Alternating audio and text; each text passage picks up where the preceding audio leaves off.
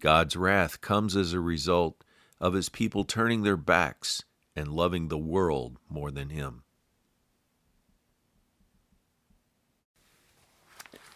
Top of the morning to you.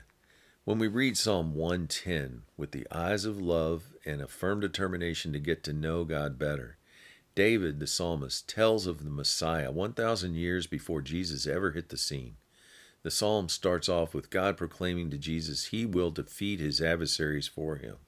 Verse 1, I will make your adversaries your footstool, which was a symbol of unimportance and defeated foe. Verse 2 prophesies where God will send Jesus out into the world from Zion and how he will one day rule with strength. Through his leadership, others will be inspired to offer their lives as a sacrifice, which God sees as beautiful and holy. Verse 3. In verse 4, Messiah is declared as a priest forever after the manner or order of Melchizedek. Hebrews 7:25 describes what this means. He lives to make petition to God and intercede with him and intervene for those who come to God through Jesus.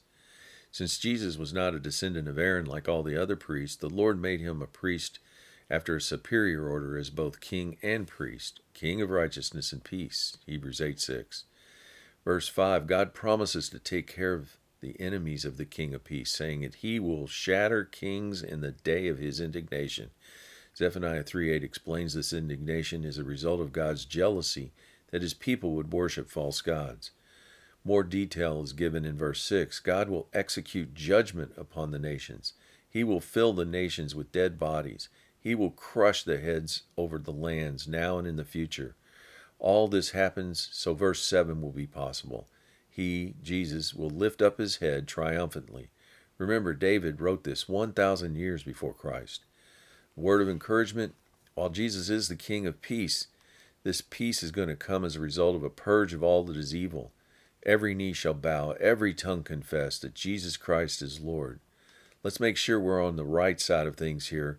It's one of those situations where God loves us so very much, and he wants the best for us, both now and in eternity.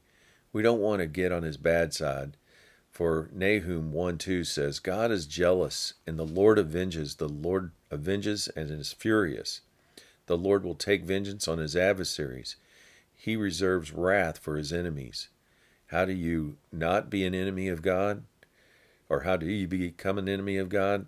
By rejecting him and rejecting Jesus. James 4:4 says, whoever wants to be a friend of the world is an enemy of God.